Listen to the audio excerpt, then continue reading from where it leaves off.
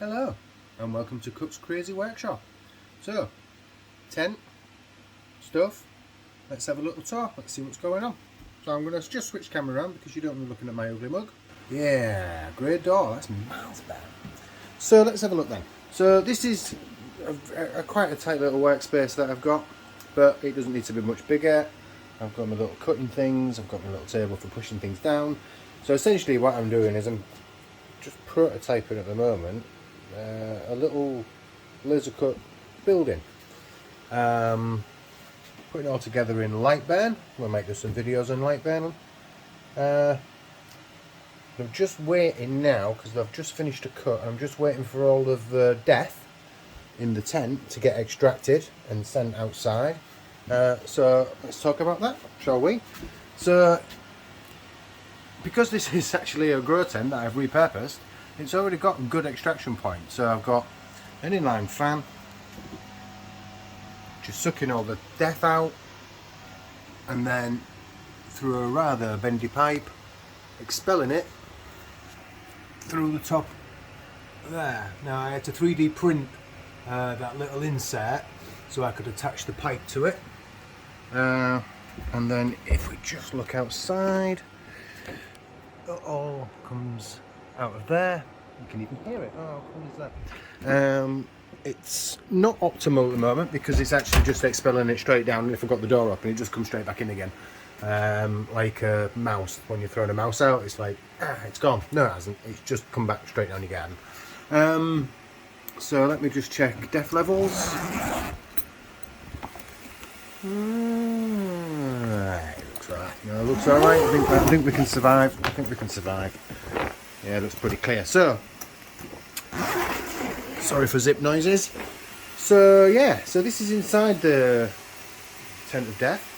I've got a little air purifier there, which does a fair amount of sucking some of the smoke and cleaning it. And then of course I've got the outlet there, which is sucking the majority of it out. So first thing I'm going to do is I'm just going to turn off my air assist, because that doesn't need to be on. And yeah, we'll have a look at the setup. So 2 lasers, that's 5 watt, which is probably a 4 watt, and this is a 10 watt, which is probably an 8 watt. So we'll call that one 4 watt, and we'll call that one 8 watt, just, you know, so we can get familiar.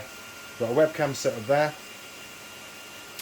and I've got another video explaining that setup there, coming soon. So cost wise, if you're interested and you want to get into this, because it's a lot of fun,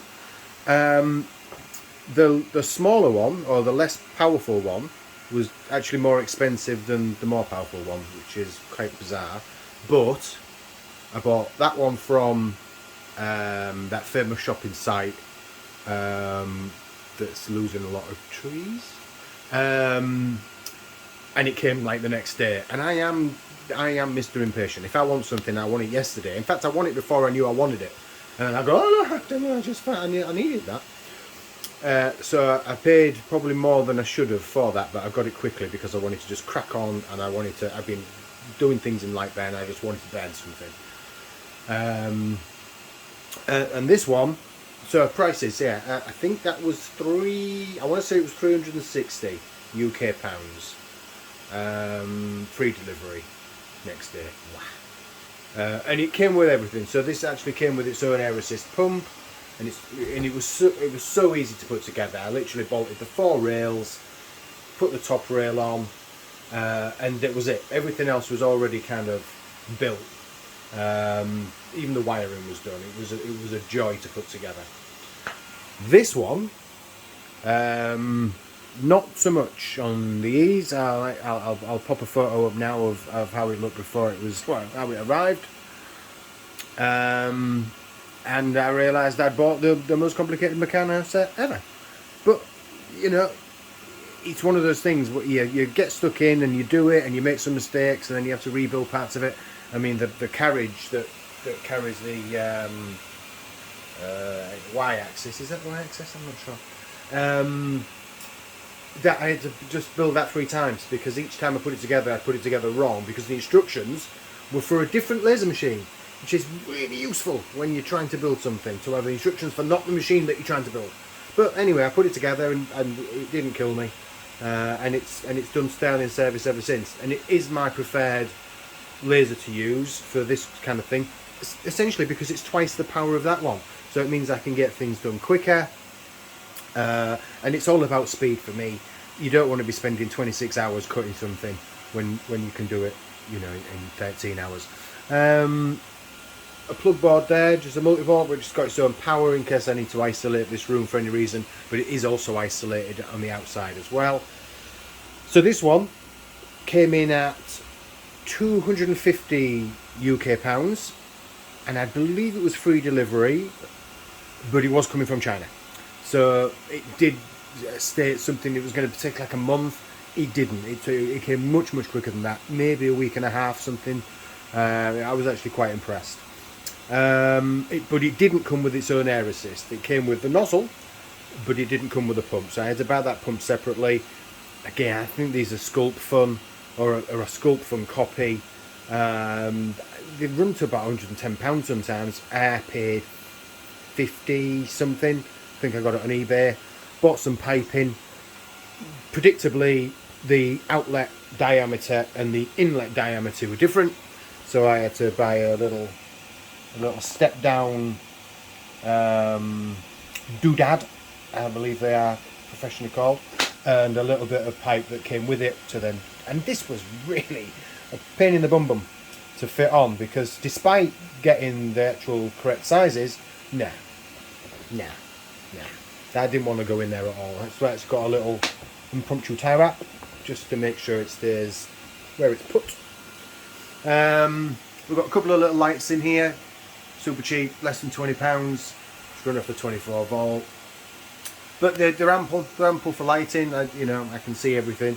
The little extractor there, that actually only came today, so it's its first little run. So by, let's say, 6 o'clock this evening, a little red light will be probably red on top saying, no, needs a new filter.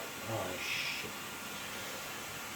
What else can I tell you about the room? Well, that's it really. It's a grow tent that I have repurposed as a extraction unit for noxious fumes.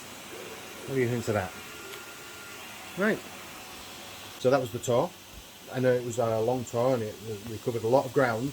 I apologise for all the stairs and the verticality of the tour.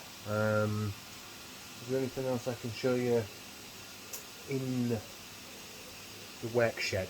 Let's call it a workshed, shall we? Because workshop is probably overstating it. And it's a bit more than a shed. It's got a tent in it, for one thing. You know how many sheds have got tents in? Legally. CCTV setup, which is facing the wall. That's what I like to protect. That bit of wall there, you just make sure that's safe. Great job. Some super glue, which I invariably glue to my hands. I've got a weather station there, which is currently not plugged in because I have run out of sockets. That's mainly so I look at it and I can tell whether it's raining or not.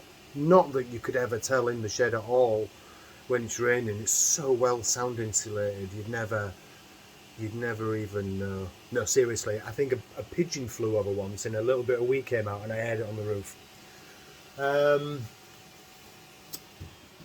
Yeah, alright, that's it. So, didn't really come to much of a climax, did it?